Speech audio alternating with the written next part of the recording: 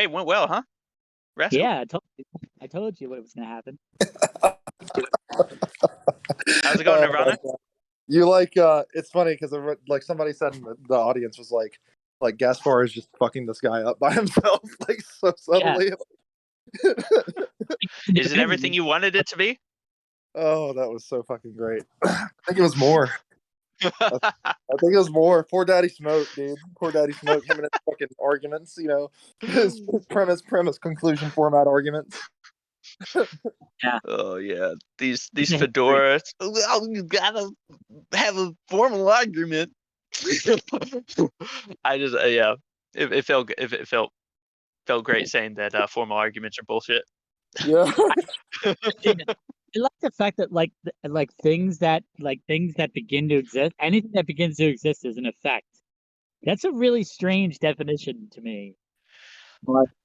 Huh? How does it work? I'll tell you what I think. It's an effect, like the universe began to exist, I guess, right? In his like formulation, right? So isn't it a fact? I don't understand that. Yeah, real quick.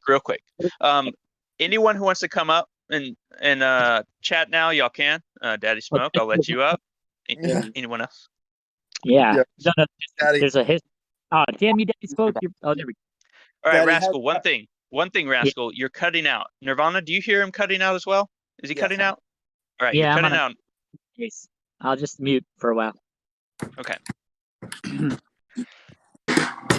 what's up, Daddy Smoke? What happened to Mr. Batman? It ended. The party's over. Did he leave? Did he get kicked? Nope. It ended. The credits are rolling. I didn't get to ask my question without him kicking me. Yeah, well, that's because you were being a snarky troll.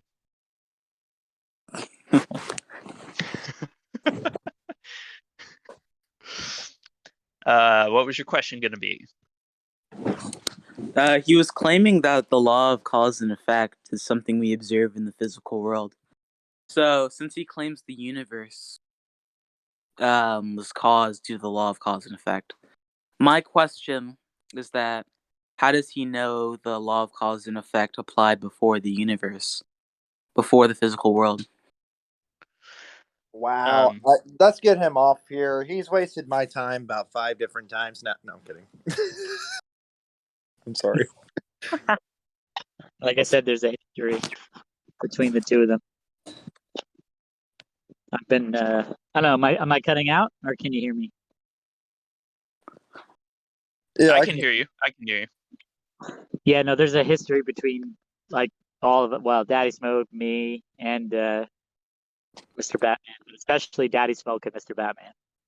Eddie, was that as beautiful as you expected it to be?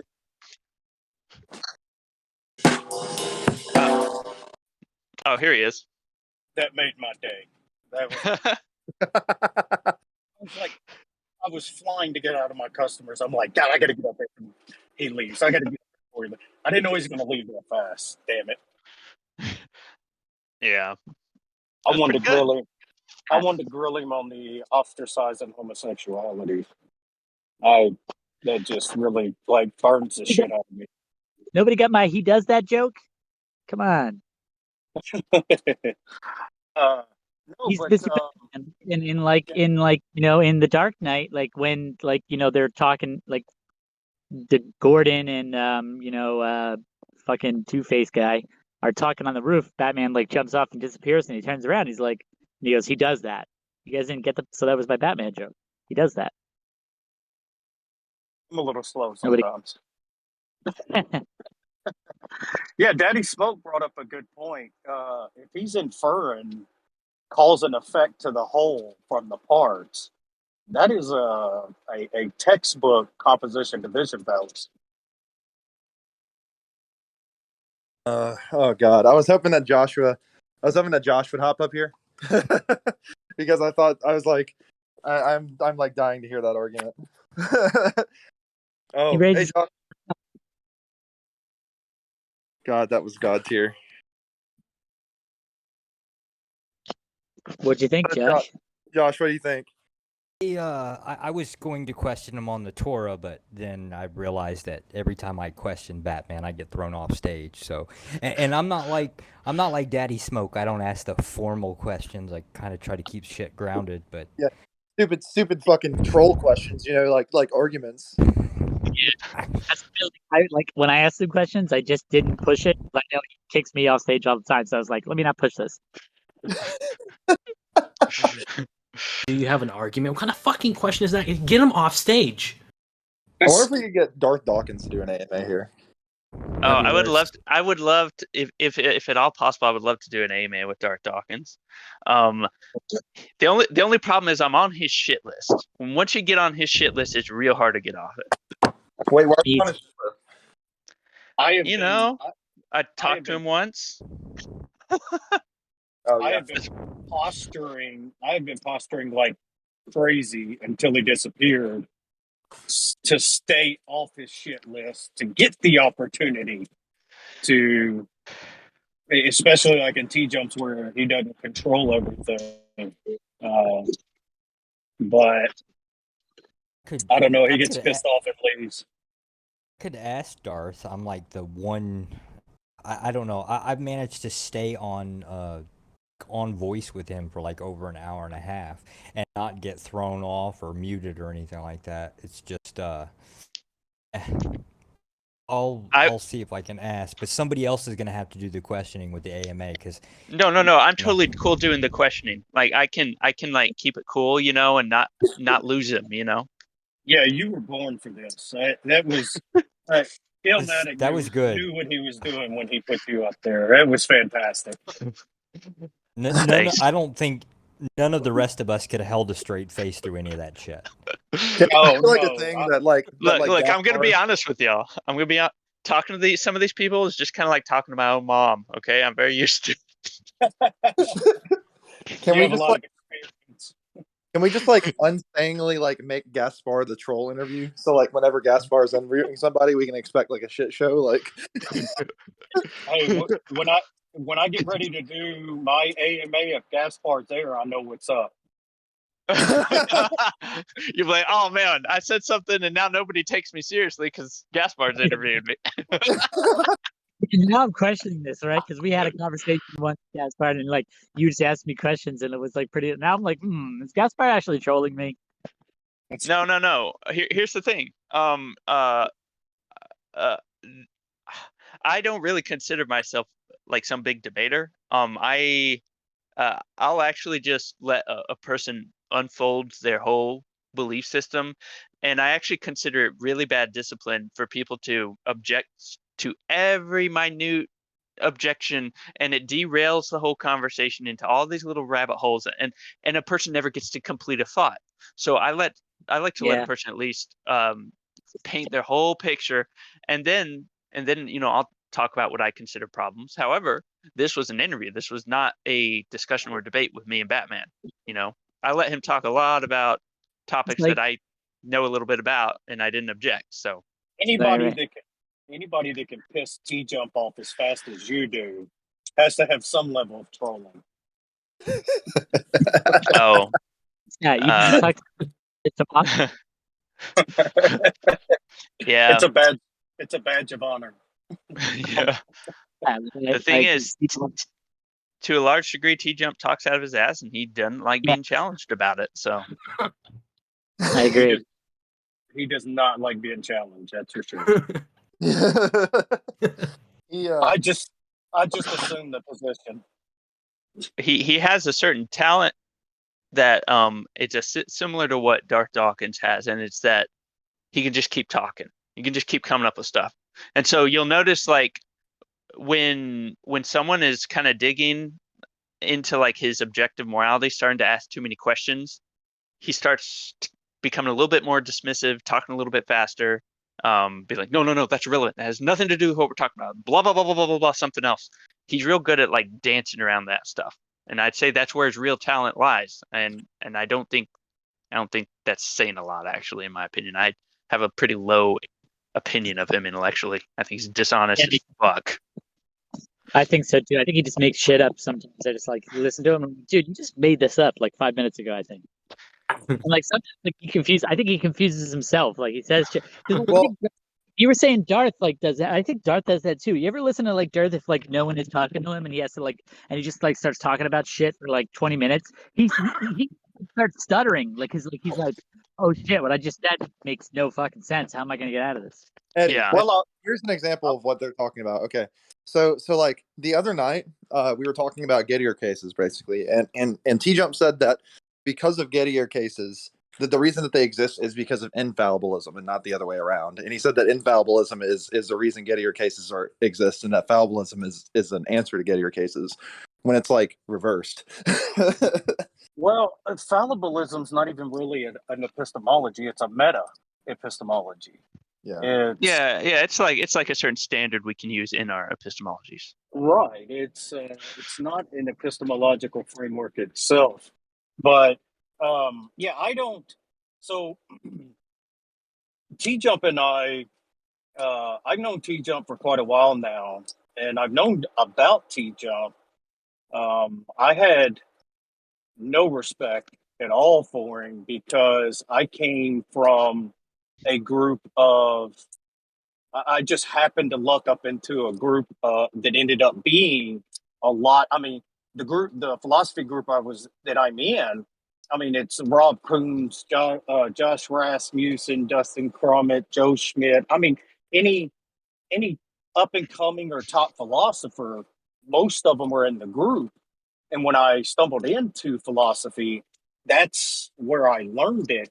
So when I first saw T Jump, it was when he was debating Ben, uh, Ben, the guy that got killed, him and his wife.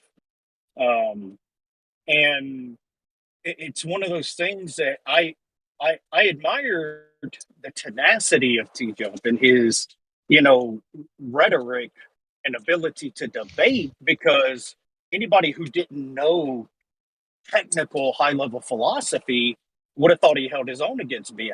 But all the philosophers know that technically it was, I mean, he totally lost. So I ended up on a YouTube channel with him over at the Atheist Roundtable, and they brought him on to. None of them. They brought me on and thought I was going to be a, like a dog and pony show, and then when I pretty much handled them because I'm not like every theist that you meet or the ones that they would bring on to make fun of. Well, they didn't like it, so they brought T Jump on and kind of panel ganged me one night, and T Jump and I like kind of went at each other, and so I really didn't like him then. But we ended up talking away from all of that in private. And if you ever get the chance to talk to T Jump in private, he's a totally different guy. I mean, he is like extremely humble. And I was stunned. I was like, who the hell is this guy I'm talking to? I mean, he was very charitable. I think he just kind of gets in the moment and gets in that mode. And it's just kind of anything goes, let it fly. But behind doors, man, he's a totally different person. So that's how I ended up in his server was he wanted to have more theists over there, and he kind of gassed me up a little bit. Oh, you're a theist who knows more than a lot of other theists and this and that. And I thought it was just going to be another dumpster fire server, but I ended up meeting all you guys, so I'm glad I ended up joining it and hanging out over there. Hell yeah, man. I think I'm like And I think, I have like stage mod there. I think you are too, right? That's how we met. yeah. Yeah. It's I think I think he's doing a pretty good job with it for the most part. We've had conversations about conversations on stage and things like that, and kind of where he'd like the direction to go and stuff like that. And it seems like he really wants a quality balanced server. But of course, you guys know Discord's a crapshoot for quality and balance. Like, no, I like T-Jump server, and like I don't Yeah. use it as a So person. that I just his disagree with him. his emphasis on quality is reflected in the fact that he has given Canadian Catholic the floor so frequently recently. Yeah. Oh Well, yeah. okay. So let me reframe that. T-Jump is an opportunist. Yeah. So if it So it's means not quality, it's more, clout. yeah. Well, that too. Yeah. Well, come on. I was trying to be charitable. If you want to grow a server, right? Like somebody like CC is going to draw a crowd because everyone wants to hear the craziness that's going to occur from that. Yeah, I'm Other not than saying him, it's not entertaining. Yeah, like yeah, we that's just what I had was going to say. He is good entertainment. I mean, one of the funniest moments on my whole time in Discord was when Canadian Catholic was arguing with me and he was talking with his mouth full while scarfing down Cheetos. what do that? Hey, let me tell you, Detroyer and all of his crowd, they are brutal to him, man. He's Yeah. it's I mean, they're like constantly making fun of his weight and because he talks about being overweight and then he sits there and like eats right in the middle of conversating and it's like, dude, could you stop eating for 5 minutes? Yeah. I thought it was funny when Gaspar was like he was being a dick, and then all of a sudden you heard him scarfing down Cheetos, and all of a sudden he's just really nice and being charitable. Yeah. Like superpower. Yeah, it's like he felt better. She's like, my tummy's happy now. So how are you doing, Gaspar? Say that. Well, I don't know what I would do if I didn't get to hear at least 16 times a week that I'm not a real Christian from him. So it's That's Catholics for you. They're big time gatekeepers. oh yeah. That lets me know I'm on the right path. It's encouragement. But all the Protestants are like, no, like the Catholics aren't real Christians. Yeah, that is so stupid, man. I don't know what it means to be a real Christian. Why would anybody want to be a Christian when they freaking eat their own the way they do? It's like it's insane. I would say, like, I'm like, Christians, you guys gotta get it together, man, because when I hear you guys, like, if you're alone in a room, just Christians all together, you guys argue like more maliciously against each other than you do against like atheists and other non-believers. Oh, That's it's right. ridiculous. Dude, Nephilim. I wish I had a recording of it. Eddie, like just like fucking just decimated Nephilim's ass the other day. He rage quit. Oh, that's And great. right I wish. after I like went after Nephilim. Now the only time, the only time I even get half combative, and I wasn't even really combative. I just was questioning him, is when it's arrogant ass Christians like that. When it's Darth Dawkins, Batman, Canadian Catholic, and all these different. It's like they're the ones who's that keep stirring this shit up and drawing lines and divides, and so I have little patience for them. But I've learned to handle them better than I did in the past. Forget if you're a Catholic, talk to Darth Dawkins, forget it. It's like I don't know. It's like he's so horrible to Catholics. I just don't get it. Well, I'll tell you one thing. There's a lot of things to not like about Jay Dyer, but I love the way he owns Catholics. It's when they start their Catholic apologetics. I don't really care about I don't care about the arguments between like Catholics and other Christians. So I don't find that all that entertaining, Yeah. Well, the Catholics are the Catholic apologists are like the bullies of the group. The fundamentalists are like the loud, yappy, ignorant dogs, and the Catholics are like the more well versed. They're kind of like Jehovah's Witnesses and the Mormons. They know their own stuff so well, and all these other Protestants are so ignorant of church history and thought and things like that. I have like a little bit of like more respect for Catholics, but I think like they're more within like they're more willing to like include like new information about the world and like science, and like they're like they accept evolution and things like that. And though I agree it's not biblical, like I'm like, well, I'm at least like happy that they're like seem to like sort of like embrace knowledge. Whereas I Yeah. think a lot of Protestants are like kind of like, no, fuck, intellectualism and knowledge. Like they're totally against that shit. Yeah, there is a sweeping anti-intellectualism going on in evangelical circles, and that's mainly because of the charismatics and the conservative fundamentalists just being the loudest on the public stage. So you have, Lutherans and Methodists and all of these allow for evolution also, uh, but so many of them are ignorant of their own doctrines that they hear all these fundamentalists all the time, and they kind of adopt their positions. And it's like, why? That's not a hill to die on. I mean, and that was one of the appealing things to me about the Catholic Church was they really don't.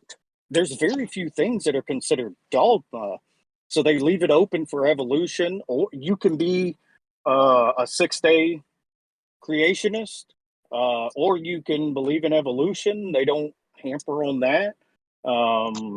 There's a lot. You can take Genesis literal, figurative, allegorical. They leave all these positions open. And I think that's probably one of the more intellectually honest things to do. But they think they're the authority. So when it comes to dogma, you're a total heretic and asshat if you don't hold to their dogma. Yeah. Yeah. I agree as a Catholic, but I think the most problematic thing I can find within like my own branch is that we got dumbass people who just are really dogmatic to the extent to where they don't actually bring up stuff to where it's like where it's dogmatic. It's rather just made up bullshit, if I'm going to be honest. Just to avoid, being a quote unquote heretic instead of being like open minded. Right.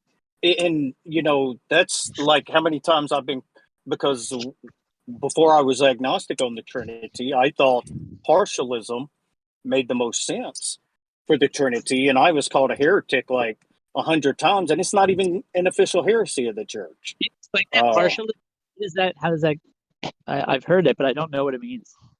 Yeah, partialism is God is one, and He's made up of Jesus, the Son, and the Spirit. They're not individually fully God each. It's they make up the Godhead. It's so you have one God with three distinct persons, but each one is not fully God, which is what the Catholic Church holds to. Individually, each one is fully God, and altogether, they're God, which is why a lot of people have an issue with it. I just find like the Trinity Doctrine in general like really confusing, because to me it's like how three things like but you're saying they're not the same. They're co-equal, but it takes all three to make up God. So they would say that Jesus alone is fully God, and Right. all three are fully God. I get it. Okay. Yeah, where I would say that, God. yeah, Jesus, the Holy Spirit, and God the Father all make up the Godhead. Or like because it just makes the most sense to me. The Holy Spirit is not fully God, and the Father is not fully God. They're only fully God when they're together, is what you're saying. Yeah, they make up what's fully God. Right. They're not fully God alone. Because that doesn't make sense to me. That seems like not really polytheism, but it seems like a violation of the law of identity. I mean, if we call this being God fully, yet we're going to say there's three individuals or distinct persons that are also fully God, it seems like we're positing four entities. Okay. Yeah. Oh, four Now entities? Well, you would have, the fourth would be God, all three of them together, because each would be individually God, which is three. Okay. Yeah, I get that. Okay. The reason I think that there's like a problem. I've always it could have been easy, where it was just like, okay, it's like a identity of components, like 1 + 1 + 1 = 3, and 3 = 1 + 1 + 1. But it can't be that because they made one of the ones God. Mm-hmm. And so it's like, the Father, which, is Yeah. God, the Son and the Holy Spirit together make God, which was the Father. So this is why it's an issue, and why it can't be one of these simple options that would have been at Well, least made sense. let me add this caveat. I'm sure they have a far more robust way of explaining it, and I'm really Oh, oversimplifying it. But I'm sure it's yeah, very complicated. I don't think it makes any more sense than what I just explained. I'm just well, sure it's that's what I was going to inflated. say. Every way that I've seen it explained, that's how it comes out to me. And it could be a problem with my perception or maybe not fully understanding, but I can't make the Catholics' idea of the Trinity make sense, which I do understand that, if it is this 10-dimensional being or something, us being 3-dimensional, 2-dimensional, we're not going to fully grasp the concept. But I don't think that it should be such a quick appeal to mystery either. Yeah. Dimensional. Again, Say that. if they weren't claiming that it was literally true and they were treating it as mythological symbolism, then they'd have no problems on their hands. Yeah. So, but they insist that it is historical and rational. So now they inherit all the problems that come with putting themselves under the boot of classical logic. Well, exactly. And that's, a lot of people say, well, the Trinity is a contradiction. Well, no, it's not a formal contradiction. It's more of a violation of the law of identity, which is, in my opinion, worse than an apparent contradiction. Because, at least most logicians or epistemologists or, would, we could have uh, dialetheism and say contradictions can exist, but the law of identity is one that seems to be pretty universally agreed upon. I know there's some odd detractors.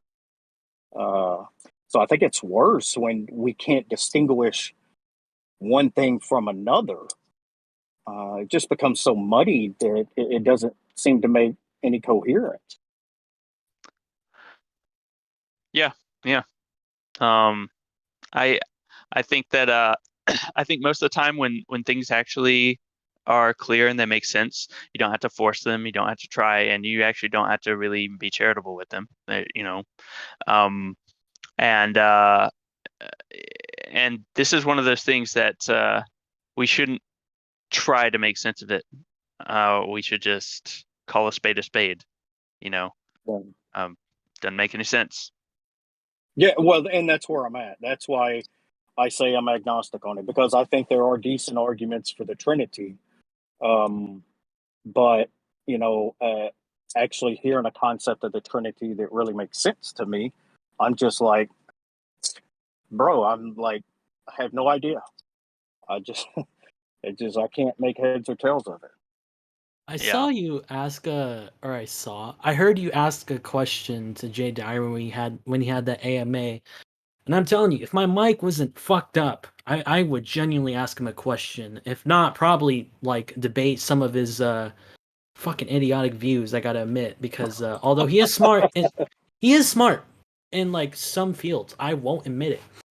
But Dog was talking to him, and he said a cause was a cause in virtue of being casually prior, but then he denied that it was a primitive notion. So, Jay, what the fuck are you talking about exactly? Yeah. So Well, it's idiotic. I think it's a more of wanting to deny primitive notions is why he took the position he did. Because Dog tried the same thing on me the other night. Uh, and we just went in circles. You know, he was trying to tell me if you can't distinguish a thing or you can't analyze a thing, it's incoherent. So, or a concept. So I asked him about one of his concepts and how do you analyze it? And then he ended at a primitive notion. I said, okay, so all concepts that are unanalyzable by your definition is incoherent. And he said, no, it's a primitive notion. I said, okay, so primitive notions are the only thing that are coherent. No, that's not what I'm saying. And we went round and round and round because he was giving me the concept of Yeah. a primitive notion, and it's unanalyzable by his definition. It's incoherent. And he couldn't say. But anyway, I think the one's initial reaction is to want to deny, you know, primitive concepts if they're not real familiar with the idea. And I think that's probably where Jay came off with his response. Because I think I'm not I mean, I know a little bit about logic. Gaspar knows 10 times more. But somebody did a video about him talking about a disjunct in the argument he was making. And he said something about a disjunctive, and then something was the conjunct or whatever. But somebody else who was better in logic, like, did a video later explaining how he was like totally wrong and ass backwards on it. Yeah. If you watch his debate with Detroyer, it gets worse because he'll just like state, well, my response is God exists. And before that, he said ad hoc is like a logical fallacy, and it was the biggest facepalm ever. Yeah. So I didn't hear the debate. I did hear the gist of it. And you know, my response to that is damn near everything explaining a hypothesis is ad hoc. It's when you try to save a hypothesis with constantly changing the story is when it becomes a fallacy. It's ad hoc is not, I mean, ad hoc is a general term. It's not necessarily a fallacy. So the interesting thing about all this is that, like, the informal fallacies, they're not generated by any set of rules.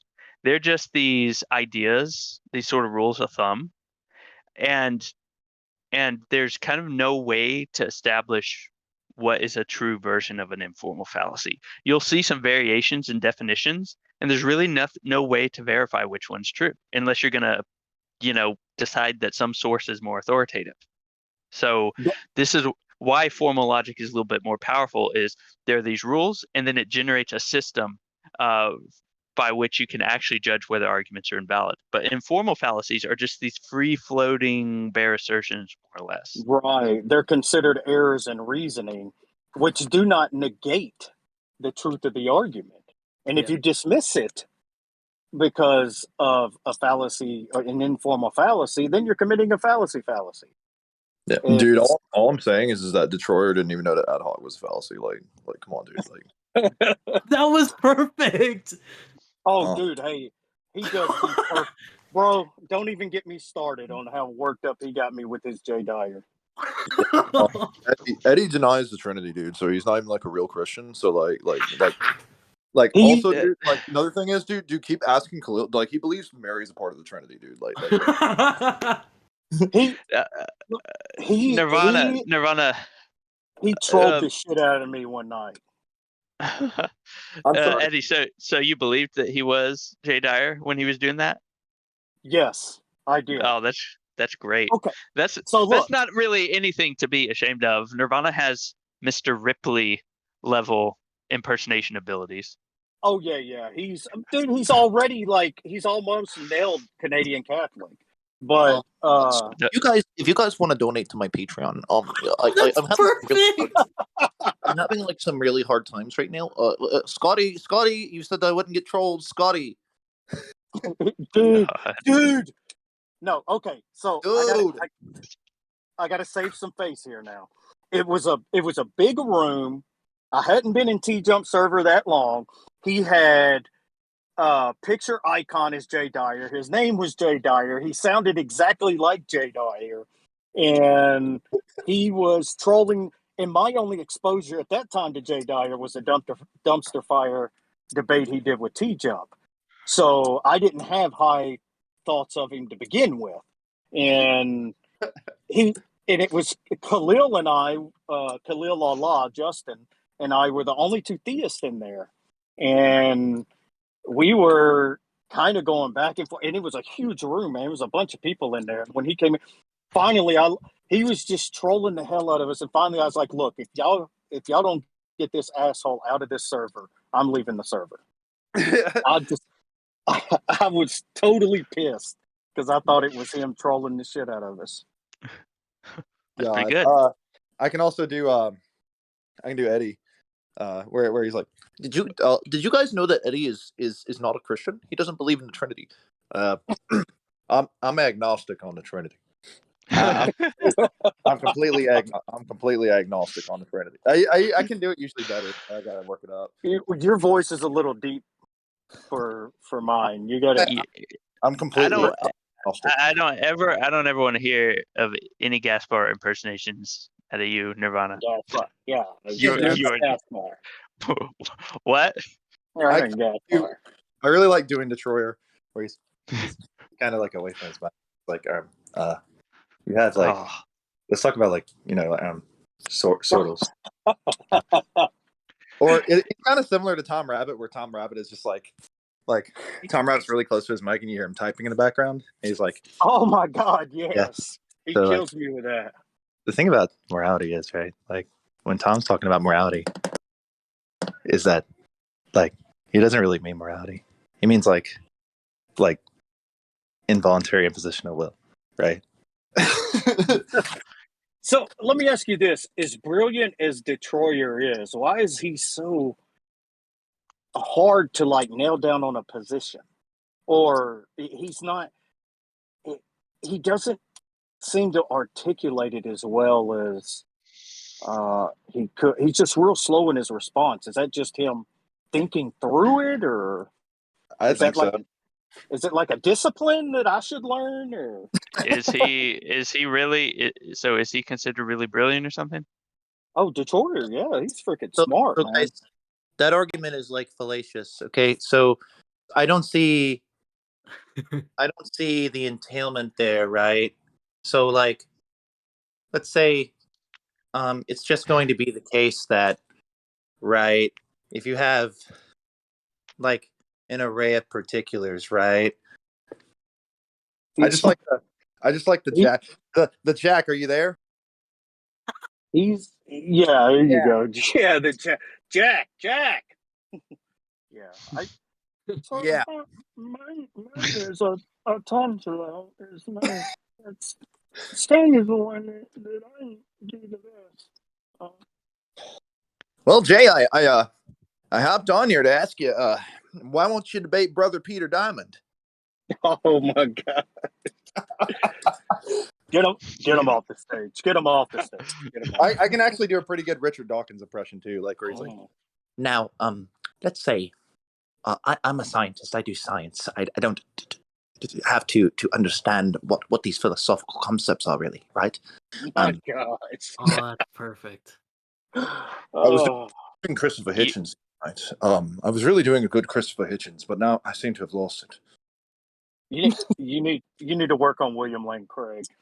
And then come on as William Lane Craig. Your impersonations are at psychopath, like murder level capacity. Oh, you guys remember Claire? I like doing this one a lot. Claire. You don't seem to have a better book in mind. I don't understand. Well, you can pull up whatever you want out of your ass, but until you have a book, I don't know what to believe. She will not stop DMing me links from her server for. Oh my God! I'm really trying to nail down Tom recently, but it's like you got to like have like kind of a rasp to your voice, and it's like a really hard pitch to nail. Yeah. Well, for somebody as deep as your voice is, you do pretty good with others that aren't that deep. So Yeah, Jen's really fun to do. Like all you got to do with Jen is just be like, "Come on, do we really want to get into this? Like seriously? Like you don't even accept my axioms, so like, I don't even understand what you want me to say." Like, her and I were drunk staging the other night. We had a stage. we had a, there was a stage going at like 3 or 4 in the morning, and Jen and like two other people were there, and I popped in, and I had a few drinks, and she had quite a few drinks, and so Eddie, what do you think of the argument that I put down in the general chat? Do oh, you like reject premise one like dude, normal? Oh, you're like, Or, look. Look. You're not understanding. Look. no, you're not understanding, right? So I'm saying that, and there's no such thing as God, and you have to figure out where the logical contradiction is in that statement, right? Yeah, So, dog is one of those who argues any position possible just to argue. He yeah, doesn't hold any of them. He just anything he thinks is a defeater to your position, he argues. yeah, yeah. God, that dude is so annoying. Oh God. my god. Dude, he tried to apparently like run Jen off stage the other day. So Scotty has a come to Jesus meeting with him planned, basically, where he's gonna say either you learn how to behave or you're fucking gone. And apparently Venus is gonna be in that conversation also. Ooh, dude, Venus and Venus, I went at it the other night. he's a scientific anti-realist. I know that much. That's like one of his biggest positions. Well, I stumbled. Well, so the same night I'm talking about, I was with Jen. I had quite a few drinks and ended up in politics and religion. Oh, And yeah, they were jumping all over this Christian and, you know, straw manning him and not, and just all this stuff. And it turned pretty ugly. It Eddie. was, huh? I, actually, I ended up being an asshole. Matter of fact, when I see Venus, I got to apologize to Venus. Oh, dude, I Uh, was drunk. The first interaction I ever had with Venus, I was drunk and I banned him because he was like, I was a little bit rowdy, but I think he was saying some stupid shit still. But I don't know. mhm. He's a bit of a dullard sometimes, I've noticed. Well, he just kept asserting these things as if they were fact, and I kept pushing back on him, and then I was cool. I wasn't drunk, but I had, I had a good buzz going, and he's like, if you just shut the hell up and listen. And I You know, was like, there's hold up. I you was know like, there is hold no up, such bro. thing as a universal scientific method, right? Yeah, it's when he told me to shut the hell up and listen. I lost my cool on him. I said, why don't Just you shut the shut hell the up and fuck up? listen. I told him, I said, you shut the fuck up. I'm talking. So it went downhill from there. What is his obsession with that chick in his profile picture? I think it was Tofi was yelling at me. Even Detroyer and I were going at it. I love how Jack was probably just sitting there with his not even speaking a word, just listening to it. Like that's usually like my image of like every conversation that Jack drops into. It's just like him sitting there listening. You know what? I like Jack, I do but too. why does everybody appeal to Jack? I mean, I don't know. Like he's an expert. He's not he, Dr. Angstrike. he, but he never even really gives an answer. They keep appealing to him. I'm like, come on, let me hear some of this brilliance since everybody keeps saying, what do you think, Jack? What do you think? Well, Well, yeah, that it argument could is be fallacious, right. right? That argument is fallacious, right? So like it's just going to be the case, right? That we have these like right things, right? That are like right. No, I'm kidding. I'm sorry. Isn't he like, isn't that a problem with is that the PSR? He's got a problem with the PSR on that one, doesn't he? Well, not exactly, right? Like kind of. It's Oh my just God. case, Ev- right? That is a good Darth Arianis. Oh yeah, That, oh yeah, oh that yeah. wasn't Arianas, was it? That wasn't No, but it does Ariana. sound kind of like him, doesn't it? Right. It did So, sound like him. Like we're gonna have about like the one, and then from the one we get the many. Um, I love Gaspar hopped into the AMA and he goes, "Well, Arianis, you like worship math god, don't you?" Like, I hate that I missed that. And For all somebody sent intents me and a link. purposes, yeah. I mean, when I heard Darth say that, I was like, he's basically a theist, which He's is okay.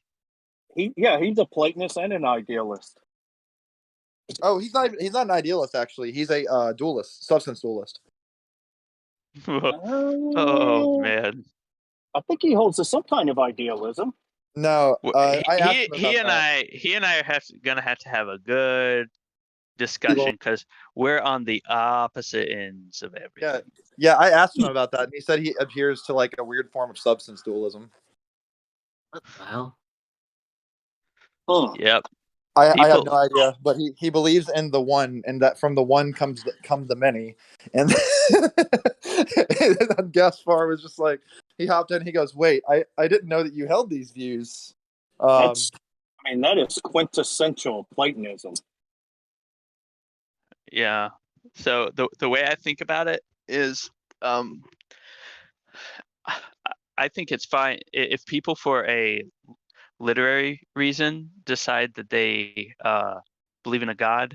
I don't think they have to offer any justification because it's crass and bad form to make arguments and propositions about metaphors.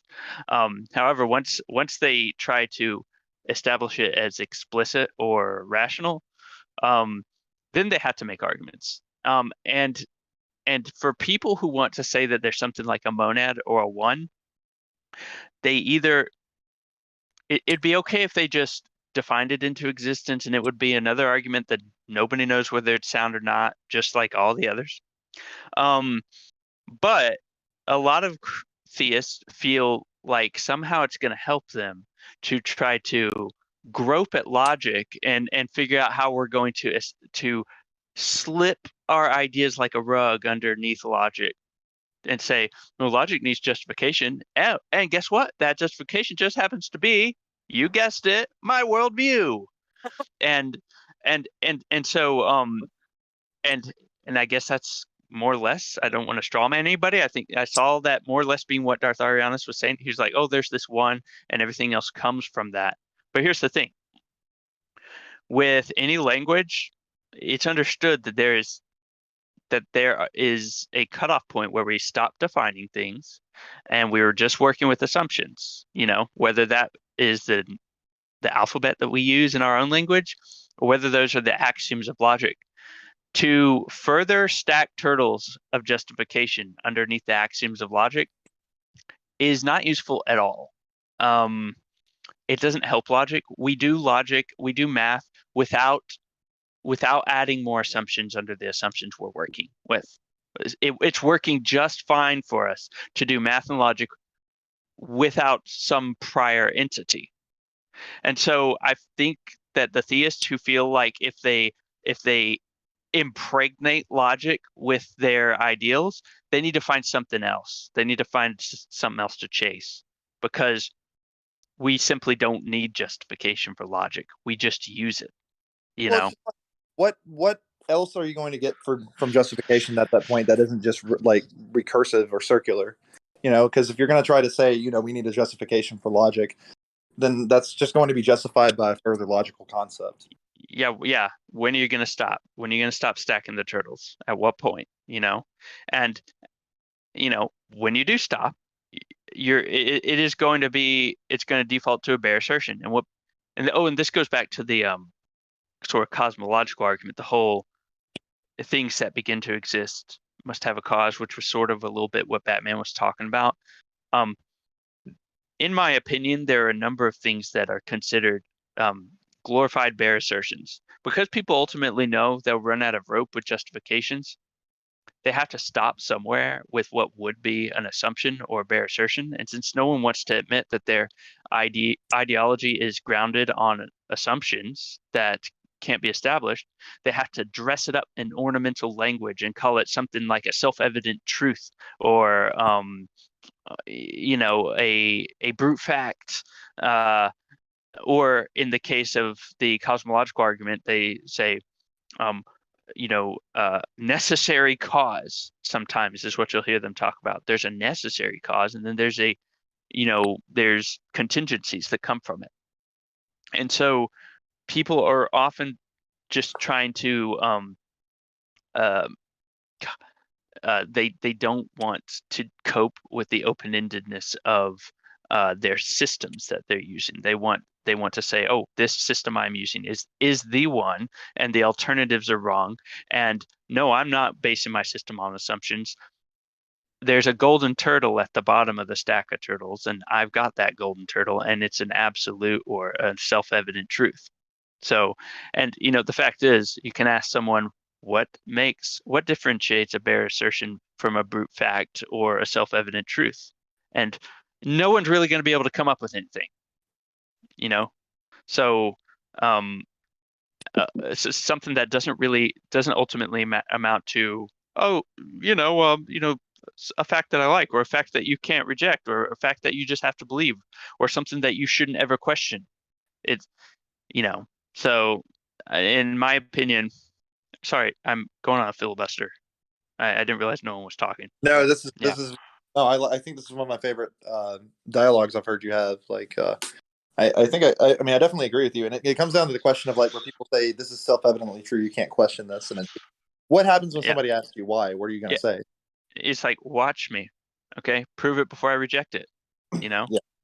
So, and what it drives home, this is not bleak. It's like, okay, do we have no knowledge? No, that's not what it is. It's that your systems are supposed to be used. You're not supposed to go around talking about them all the time, okay? For example, the PSR, the principle of sufficient reason, is something that you can tell me about, and then I know what it is, but then I don't go around quoting the principle of sufficient reason. I go around asking for justification for propositions. Because once I assert the principle of sufficient reason, that's just an assertion that I have to back up that I ultimately can't back up. But if I use it, I don't have to back it up. You see? And so I believe these systems are supposed to be implemented non-explicitly. They're supposed to be implemented implicitly. And that's where their true meaning lies. But when we go around spelling stuff out in a crass way, then that is contrived, and ultimately we're going to be confused by how those devices betray us in one way or another. Yeah.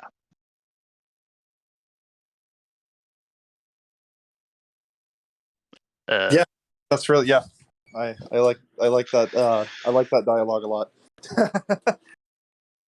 Thanks. Quantum messaged me. He said he wasn't able to watch it, but he wants to be able to watch it wherever it's uploaded. So Nirvana, are you going to have a corresponding channel for this server?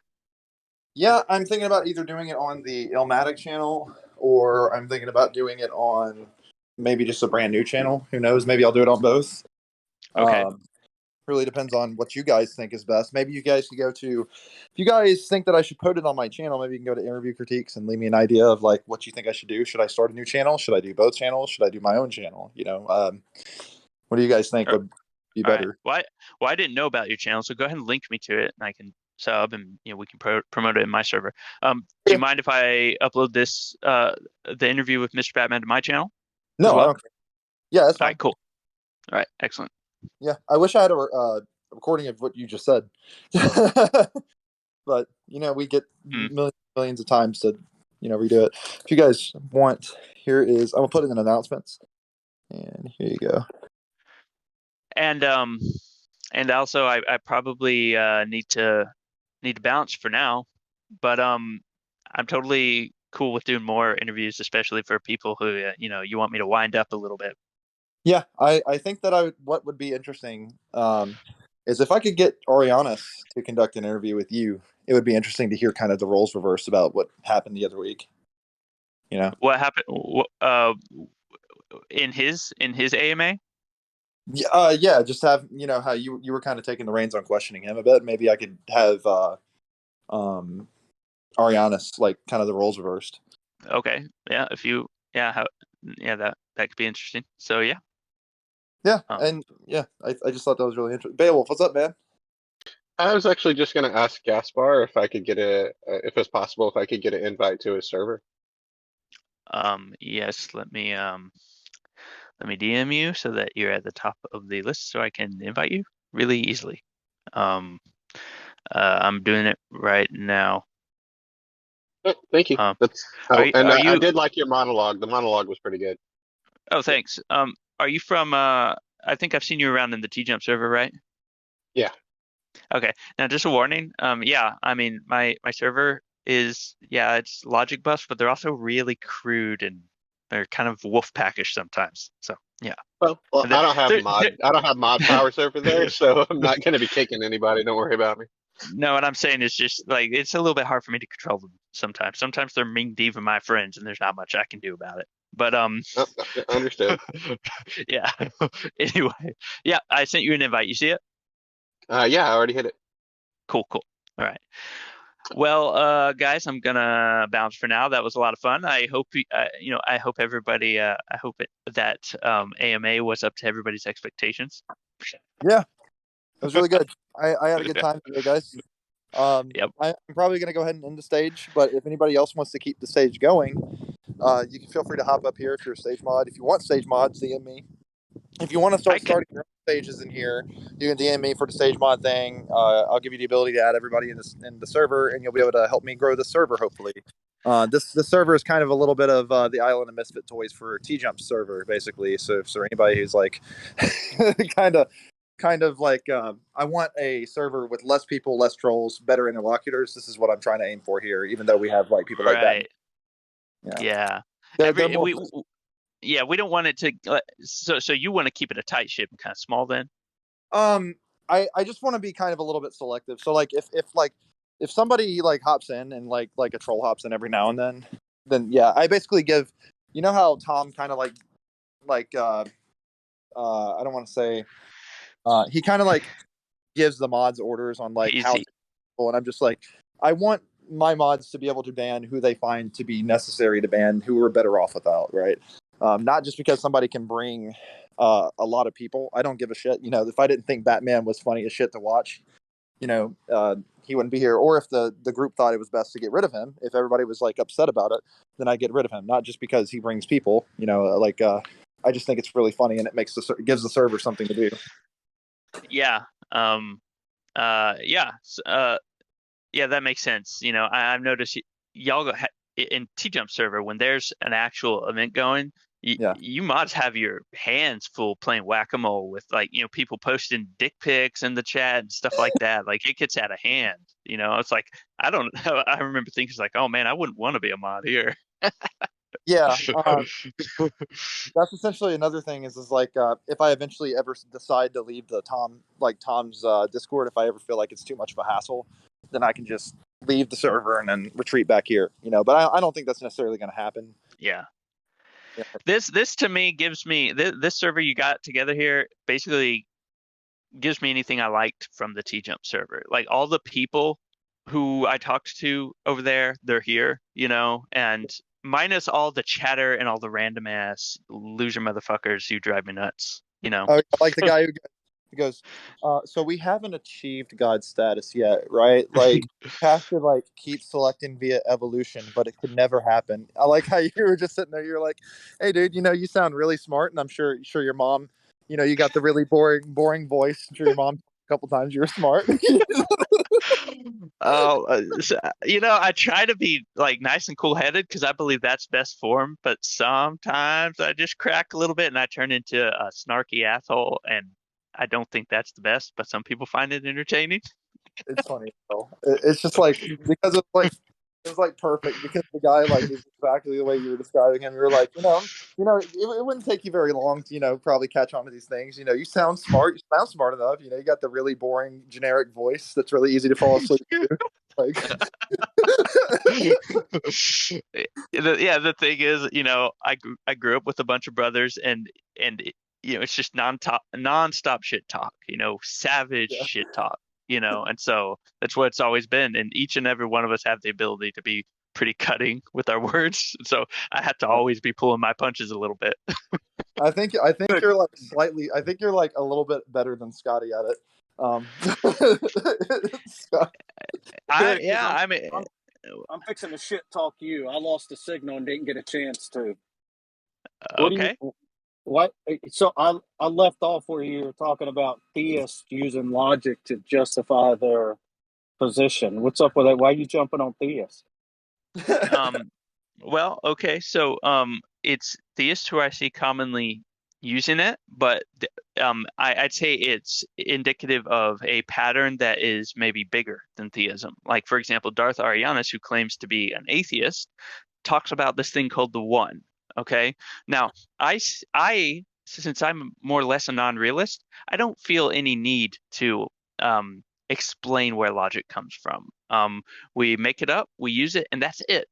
But then for people who want to build a pyramid-like structure with a little tip of it that unifies everything, like a star on top of the Christmas tree that everything comes from, those people often see logic as an opportunity. It's like, oh, well, if I can shoehorn my ideology underneath logic, then I win. That's it. It's game over.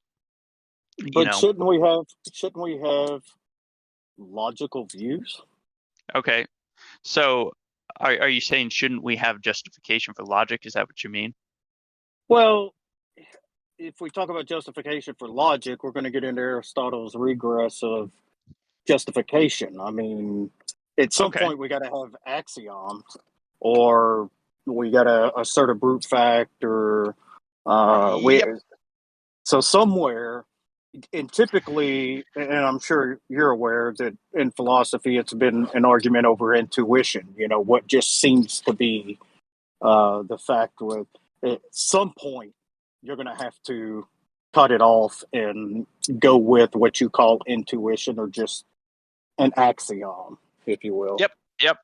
So I'm on the same page with that. So we go with the axioms, and then any further.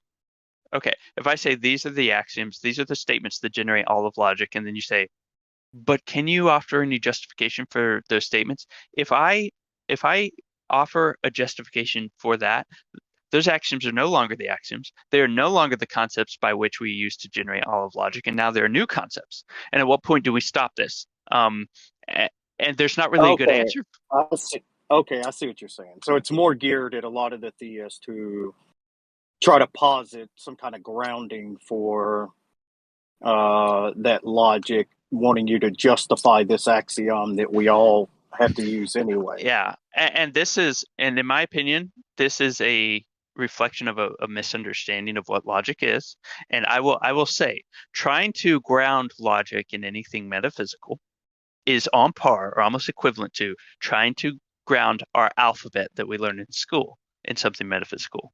Okay, it's like, oh, well, the ABCs, where did those come from? They had to come from somewhere. They come from, you guessed it, my ideology. Yeah, being an anti-realist, I could see why you would be, I guess, a nominalist that would deny at least universals, if not abstracts, or both. I think so. Since I take a pragmatic approach, I think either there are no universals, depending on how you look at it, or you can make up as many alternative universals as you want. But the kind of people who like to talk about universals aren't okay with there being alternative universals because they want their universals to be the universals ones. So I understand how it doesn't work out for them in that way, but the fact is no one can really establish the universals to begin with. So I would say there are actually no universals. And then usually it's followed up with, oh, is that a universal? And I would say, no, it's just an idea. Feel free to reject it. What would be an alternative universal? So let's see, an alternative universal would be. I mean, just the fact that there could be alternative universals, or.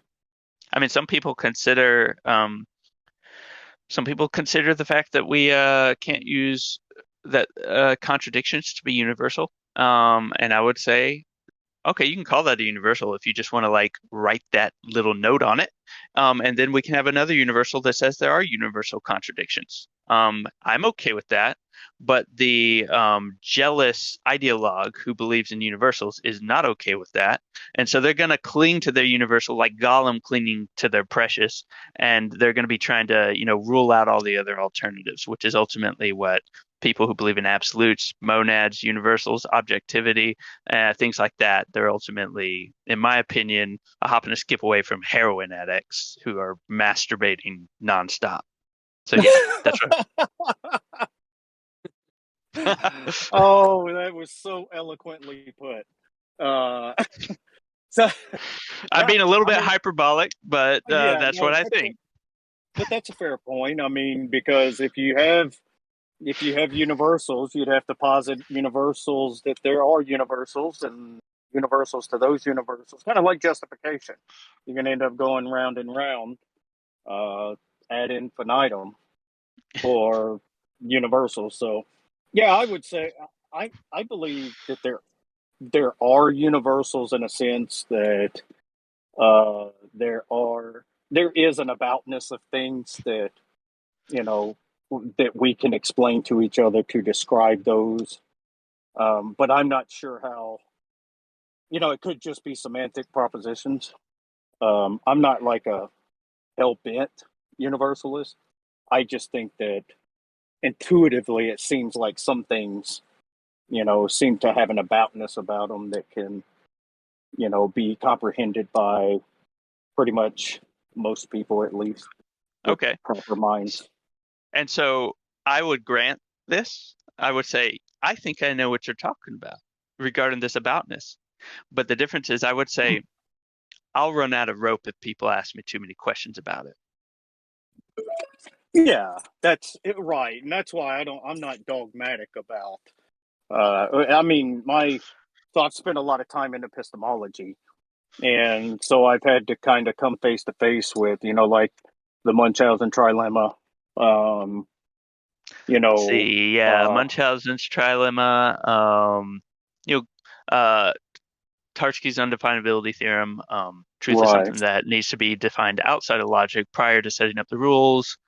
Various other things, and more or less the position I generally hold, to sum up what I think, is that um, things don't have inherent identity. So a geometric point to you and I, when we make it up, it's a geometric point, but without us there talking about it, it doesn't intrinsically have this inner essence of geometric pointness, nor does a straight line, nor does a proposition, nor does truth, nor do categories, nor do definitions, nor do numbers, nor do I have an intrinsic reality like that or anything else. That's what I think. And so what do we do in this case? We come to grips with the fact that we make things up and we use them, and we don't entertain ourselves with questions about whether the things we made up are objectively real, because then we're going to be really confused once we start thinking that way. well, I wouldn't go that far. I'd say they're good mental exercises, but I don't totally disagree with you about the conceptual analysis of it. Um, Yeah, I and it understand. being a Yeah, that's what I'm saying. I'm kind of up in the air whether we're just using semantic propositions, whether we're just we define things in certain ways and they work, so we keep using them. Yeah, yeah. Well, I mean, if you think about it, we build all of our systems with these often statements of identity, like this, like, this equals this is this, and it we get puzzled when they generate either inconsistencies or gaps later. But the only explanation to me is that something was never inherently retaining itself to begin with. There's no inherent identity to something to begin with. So therefore, we shouldn't assume that something is inherently something else either. So we're already bullshitting from square one when we say something like A equals A or A equals B. We're making stuff up from square one. So Right. let's just bite the bullet and admit that we have to make this stuff up so we can predict phenomena in a reliable way. And let's not be charmed by these systems and think that somehow there's some holy grail that has the mysteries of the universe in it. We use it like a hammer, then we put it away in our shop when we're done, and we don't, ponder its mysteries. That's what I think about that. So the big secret to realize, in my opinion, and to remember, is things don't have inherent identity. When we have these knee-jerk reactions, when we're fixated on things, we suddenly think things are real, So yeah. I think you're a little too much pragmatist. Maybe so. I mean, I don't expect everybody to agree with me. Yeah, because next we're going to get into the problem of the many. Where how do you define, the outline of a thing, the aboutness of it? Because when you look close enough, then that line's going to get fuzzier and fuzzier, and so I guess it's safe to say you're a mereological nihilist, or do you deny? So the problem of the many, what you're describing there, see, to me, the only problem is that people think that's a problem.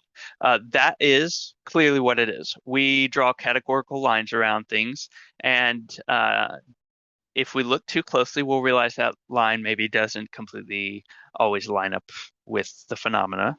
And so if we find ourselves, if we just say, hey, you know what, whatever, I'm going to use this category and it's going to predict phenomena and things are going to go my way, then we're not deluding ourselves. But then once we zoom into the categorical boundary and think, where is it? How do I adjust it just right so I have the true category? Now we're just masturbating and we're full of shit. Now we're confused and we're misusing our devices. Yeah, I can see where you're coming from. So I think the only thing problematic is that people see that as a problem. Yeah, I can see where you're coming from. I don't agree, but I can see. Oh, you don't agree? You motherfucker, you don't agree? Well, so I'm going to appeal to the age-old philosophical problem of intuition. It's intuitive to me that there seems to be categories of things. Yeah. How do I justify it? I can't. I'm sorry. That's the most important thing to me is at least we know that. I mean, how absurd would it be to think that a straight line is real? I think the straight line is real. A line is a made-up thing, and so we can understand this. But then, when we're provoked in certain ways, we suddenly have to believe that things are real, and those are some of the biggest problems we deal with. Is not understanding that things don't have identity. But So, oh my gosh, I just listened to a 19-year-old kid go on and on for hours about no identity. I'm not. Wait a minute. I'm not talking about like woke stuff. Okay. Well, no. This guy he was like absurdly trying to stick to the principle of non-identity. I mean, it was okay. Well, he could have been using to the point it wasn't even pragmatically useful. Okay. All right. Yeah. Well, okay. So the thing is, a lot of people use ideas in different ways, and I don't know how he was using it, so I can't speak to it. But yeah, my point is I think I've explained. It's our ideas are, we use them, and then we think that somehow we need to calibrate them so that they're perfect and real, and then we get preoccupied with that and confused when that's just a total waste of time. It is like trying to ask where a geometric point is, and what's inside a geometric point and what's it made of. Why would you do that? You made it up, use it, and then stop thinking about it. You should do that with logic, math, and all the rest of it. Yeah, it's like trying to define essential properties. I mean, what exactly is an essential property? And then you run into like Theseus' ship. I mean, at what point does what point does the identity of the thing change? Is there a point? Or Yeah. the heap, the heap analogy. When does, a grain of rice become a heap? How many Yep. grains of rice does it take? So there is a huge gap problem. Yep. I think kind of err on the side of the position that you take, as much Yeah. as I don't want to admit it. Well, we still need to organize something where I can talk to you on your channel one of these days, Eddie. Yes, absolutely. You have to go on camera, Um, though. Do I have to? Do I have to show my face? I don't know.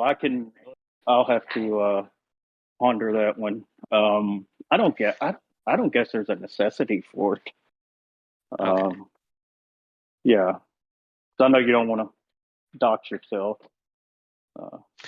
Yeah, I'm a little bit sparing about what I reveal to people. It's mm, the internet. It's a lot of people, It's like living in a glass house where people on the road can look in and just see you. yeah. Yeah, I'm not absolutely. used to that, So, yeah. Well, Anyway, I will I take. probably got to. Sorry, what? So since I'm on Illmatic's channel, I'll give him a little special reveal for the few people that are here.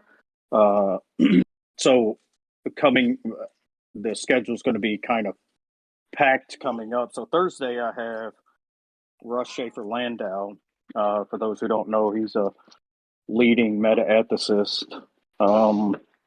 But I have confirmed Greg Kokel from Stand to Reason, Stephen Law, atheist philosopher that a lot of atheists know who he is. And I haven't got a date in stone, but I got a promissory from Lawrence Cross. So, Nice. yeah, we'll see. I got some pretty big names coming up. So, but I'll shoot you some dates and we can talk about, subject content and stuff like that. All right, cool. Nirvana, this was fun. I'd like to do it again, but I'm gonna bounce for now. It was nice talking to you, Eddie. You And too, Babel, bud. yeah, Babel, thanks for joining the server. And I'm gonna bounce for now, people. Bye. The fucking shit AMA on Batman's behalf. Yeah, ask me anything, but